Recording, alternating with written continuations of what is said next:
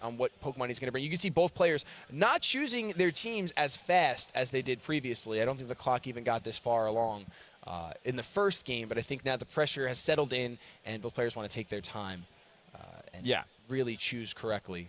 Definitely, and the lead is going to be huge here. I think the lead is definitely going to be what was probably taking our players the longest time to choose. 100%. Like, what two Pokemon do I show first here? Yeah, it's tough, especially when you're bringing a Pokemon like Smeargle, when you want to kind of gain momentum as soon as possible. We saw that Kotaro actually had to switch out when he had a little bit of momentum with that Smeargle and kind of go back into it. But we're going to see the Garchomp and the Thundurus lead on Paul's side, and then the same lead from Kotaro. It's the same leads. It's the same exact leads as Game 1. That is actually really surprising. It seems like I bet both trainers are probably sitting there thinking like, they won't expect the same. Yeah, they won't expect the same lead. And I think maybe Paul was like, well, I won that game.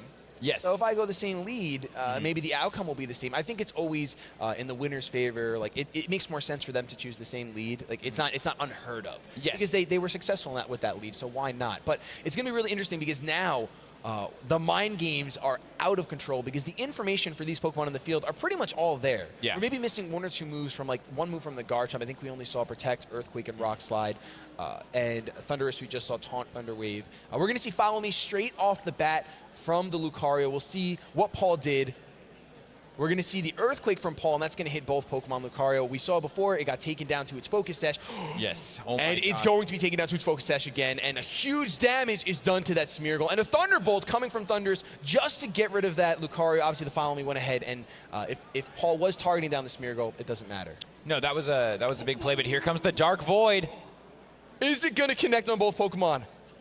We didn't see it once last time. Yes, and it's going to connect on both Pokemon this time around. So Paul is here. Not only is Garchomp in the sand, but Thundurus is just kind of sitting in its cloud, taking a nap on that Nimbus. Super beautiful. We're going to see the Moody activate. Evasiveness is going to fall. So those Rock Slides are pretty much going to hit every single time. And Aurorus is going to hit the field for Kotaro. And I do believe that we saw a special attack was the boost on that one. It was the boost. I believe so. Wow. That is definitely terrifying right now, especially because the Heart Stamp is there, and Salamence, we saw the Mega Salamence was special. And this is going to be a huge turn for Kotaro here because these Pokemon had to sleep. Geomancy for Smeargle. Oh my goodness. This little paintbrush is going to paint all over Paul. This is going to be incredible. Once again, I'm sorry if you're listening, but when I see Geomancy, I just have to focus on the colors and the animation. It's one of my favorite. We were talking about animations before, and it's one of my favorite. We're going to see Aurorus go for the Psych Up! Oh my gosh! Go for the Psych Up and copy the stat changes from Smeargle. That is beautiful. I love the way that Kotaro's team is playing together here. It is so fantastic. You know, Smeargle can be such a mixed bag, but just to see that the team is really built around that Smeargle, 100%. We have Psych Up, we have Heart Stamp. It's really, really cool. Now we get to see, you were talking about how you never got to see Aurorus in action, but now we get to see it. Here it is, and Kotaro playing a very dangerous game here, potentially, depending on whether or not these Pokemon wake up. And no, Thundurus is going to be asleep here. This could be big for Kotaro. Hyper Voice, and that is going to do a ton of damage. Oh my goodness! The Garchomp with the Focus Sash! That was not revealed Game 1, and that could end up being huge. Oh my goodness. Garchomp wakes up and gets an Earthquake off. Smeargle protects itself with the spiky shield. But this should do quite a bit. Oh my goodness. The crowd going absolutely wild right now. You can hear them. They're kind of, I'm not going to lie, the crowd seems like they were cheering for that Garchomp. I heard a few wake up chants. And the Garchomp did just that.